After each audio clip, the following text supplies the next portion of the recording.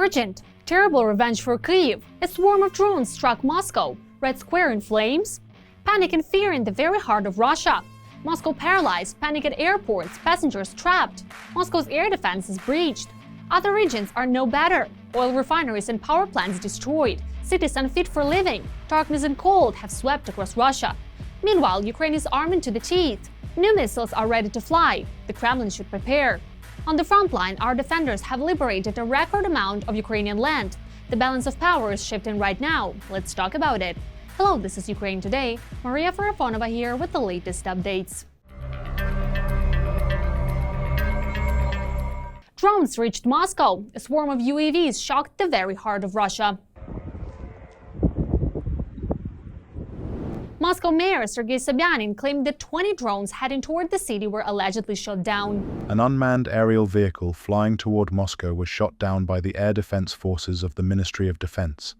Emergency services specialists are working at the site where the debris fell. Flight restrictions were introduced at all 4 airports in the Moscow region: Domodedovo, Vnukovo, Sheremetyevo, and Zhukovsky, according to Russia's aviation authority. Vnukovo, Domodedovo, and Sheremetyevo airports are receiving and dispatching flights in coordination with the relevant authorities due to temporary restrictions on the use of airspace in the areas of these airports. The measures were taken to ensure flight safety. Unidentified drones also struck Russia's Tatarstan region. One of the key oil pumping stations, Kaleykino, was hit and a fire broke out on its territory.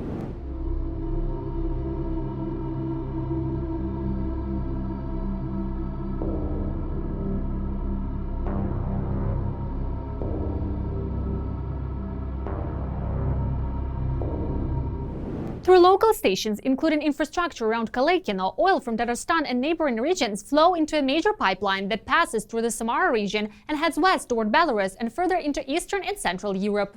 Belgrade was also hit hard. Local air defenses couldn't repel a combined UAV and missile attack. Several projectiles reached their targets.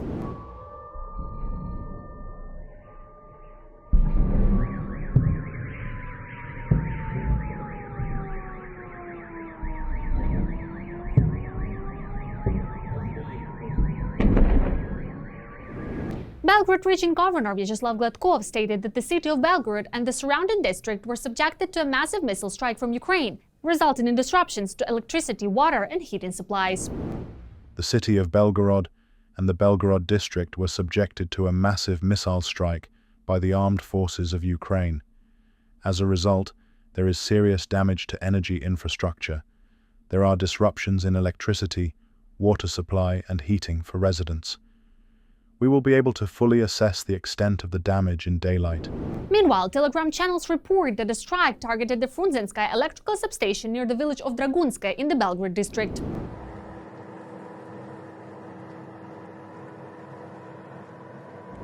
At the same time, the Pugachevka airfield in Russia's Ural region was struck. Expensive combat helicopters were reportedly reduced to scrap metal. The destroyed Mi-8 helicopter belonged to the 319th Separate Helicopter Regiment stationed in Chernigovka, Primorsky Krai.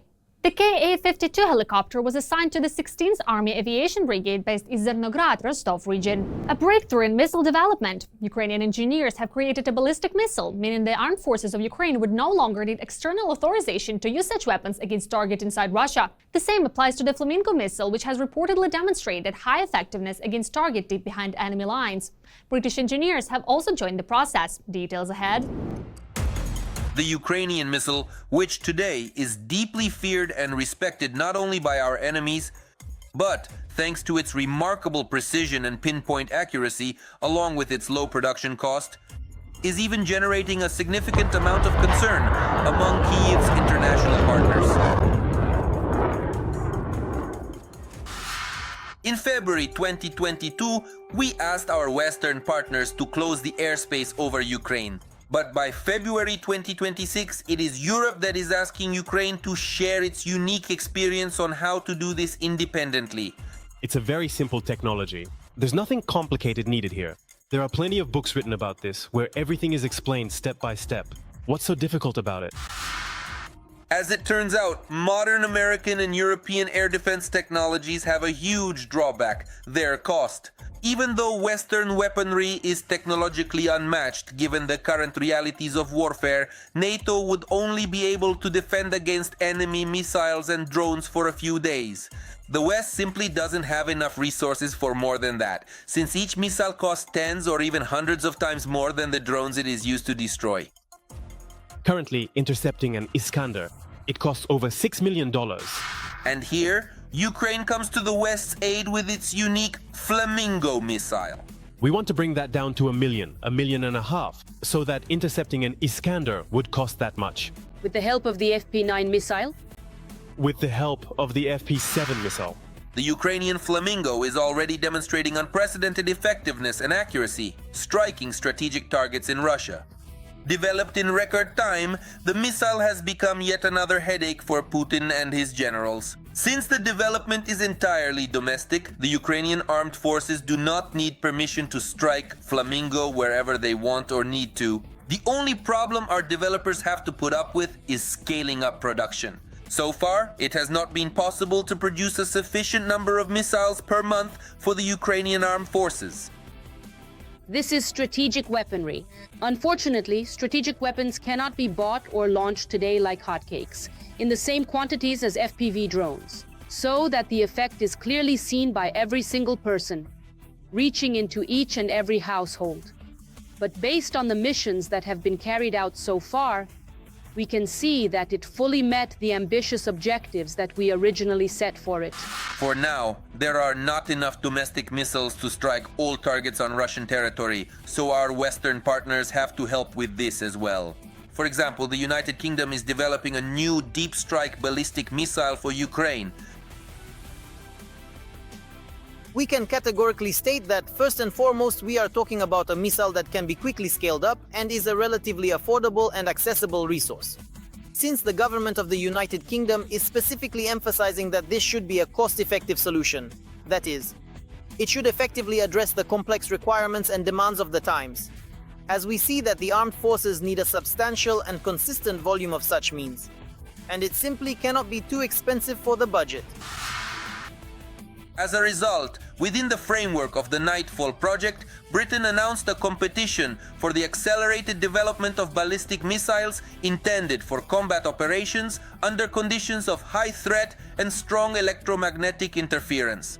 The modern British missile will be able to launch from various platforms, carry out a series of launches, and leave its position within a matter of minutes. The system will be equipped with a 200-kilogram high explosive warhead, feature high accuracy, and have a range of up to 500 kilometers. 500 kilometers. That completely covers the entire temporarily occupied territory of Ukraine. It also covers a significant portion of the European part of the Russian Federation, and at this depth the enemy positions both its higher-level headquarters from brigade up to divisional, army, and group of forces levels. These are also quite serious logistical hubs. In other words, these are places where fuel and lubricants as well as ammunition depots are concentrated. In combination with the Ukrainian Flamingo, the British missile could significantly diminish the Kremlin's and personally Putin's desire to continue their campaign. Instead of launching missile strikes on peaceful Ukrainian cities, the bunker dweller will be forced to endlessly defend against Ukrainian armed forces missiles. The sheer number and the increasing intensity of the operations currently being carried out by our dedicated security forces using advanced strike drones, including those directed against key strategic targets, are effectively wearing down the enemy's air defense forces over time. Furthermore, the powerful combination of ballistic weapons and strike drones can already deliver highly targeted strikes against specific enemy assets that are critically important to their overall operations. And it will only get worse from here, at least for the Kremlin. Ukrainian developers promise to reach the necessary supply volumes of ballistic weapons for the armed forces of Ukraine by the end of this year, while simultaneously creating more and more types of advanced weaponry. In 1 year, it's ballistics. In 2 or 3 years, it's the creation of an anti-ballistic air defense shield over all of Europe. This is for the entirety of the European continent. Europe has launched joint production of drones and ballistic weapons with Ukraine. Strikes deep into Russia's rare areas demonstrate how effective the development of Ukraine's defense industry has become. New European assistance, expanded domestic manufacturing, and growing panic among Russian forces. We covered all in the next report. Putin wants the war to continue, which is why strikes on Russia are ongoing. Russia keeps burning, all because Ukraine knows how to respond to aggression. Moreover, Ukraine continues to develop the means with which it delivers retaliatory strikes. As it has become known, Ukraine, together with Germany, has developed a new drone from Quantum System. This is the RAD target drone, which was already demonstrated during the visit of the Ukrainian delegation to the first Ukrainian-German joint production facility. A target drone is often used to test the capabilities of air defense systems, whether newly developed or to confirm the specifications of existing ones. They are used to conduct exercises and to train new personnel for air defense systems.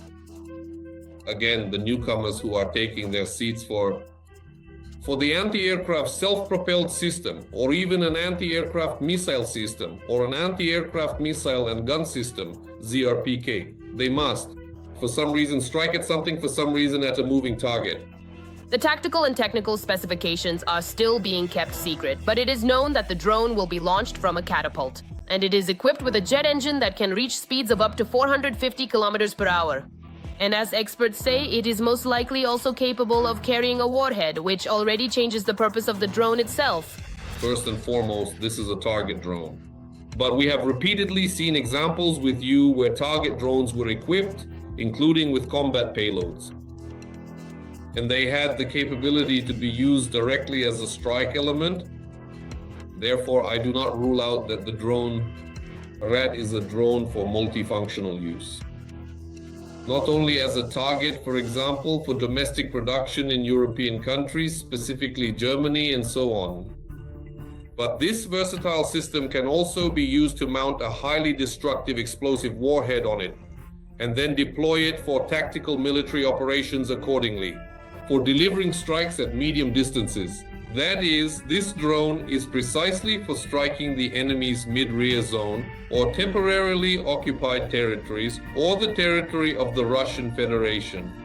It could be 10 kilograms, 20, 30, 50, or even 100. Consequently, any drone target, as a result, will be handled accordingly.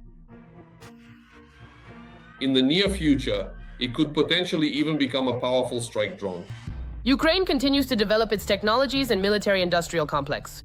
And, as has already become known, as many as 10 factories for the production of Ukrainian drones will open in Europe this year. Therefore, we will increasingly see retaliatory strikes against Russia. But it's not just about drones. On January 11th, the British authorities announced their intention to create a powerful ballistic missile, Nighthawk, specifically for Ukraine. The statement from the British government indicates that the new ballistic missile can carry a 200-kilogram warhead and has a range of 500 kilometers. And these are only the initial figures. As stated by the UK Minister for the Armed Forces, London is determined to provide Ukrainians with more weapons. A safe Europe needs a strong Ukraine. These new British long-range missiles will allow Ukraine to stay in the fight and will make Putin worry. But the Nighthawk is not the only missile being prepared for delivery to Ukraine. 6 European countries are developing another new cruise missile. Germany, France, Britain, Italy, Poland, and Sweden signed an agreement to develop it. According to Western sources, this project is known as OWE 500+. The price for such a missile will be below market value. Moreover, the new systems are supposed to be intelligent enough to achieve Western objectives without manual control. Who exactly? Whether Ukraine or Russia has the advantage in drone missiles is still hard to say. But what is known is that the Kremlin clearly did not expect such resistance from the Ukrainians, even in the 4th year of the war. Through our defensive actions, we are simply exhausting the Russian occupation forces at the tactical, operational, and operational tactical levels. Although as of today, even in principle, even since 1925, the Russian Federation has not demonstrated any success at the operational tactical level at all. Even its offensive actions, during the extensive summer military offensive campaign, it failed to provide any clear evidence that the Russian troops were effectively able to achieve their goals.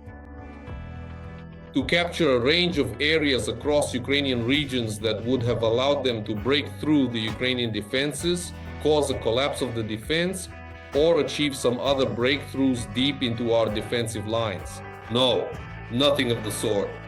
They advanced very slowly through forest belts, fields, and villages that were practically reduced to ashes. Nothing on a global scale. And in principle, Ukraine now holds a dominant position as a country occupying defensive positions. The exhaustion of the Russians is happening not only at the front but also in the rear. After all, as we have already seen, strikes on Russia's vulnerable points have not stopped. Ukraine is maximizing both the assistance from its partners and its own defense industry. The Flamingo is already destroying the largest ammunition depots in the Russian rear. Ukrainian Flamingos are also striking at training grounds, for example, Kapustin Yar, from which Russia launches Oreshnik. Here's how the Flamingo flies.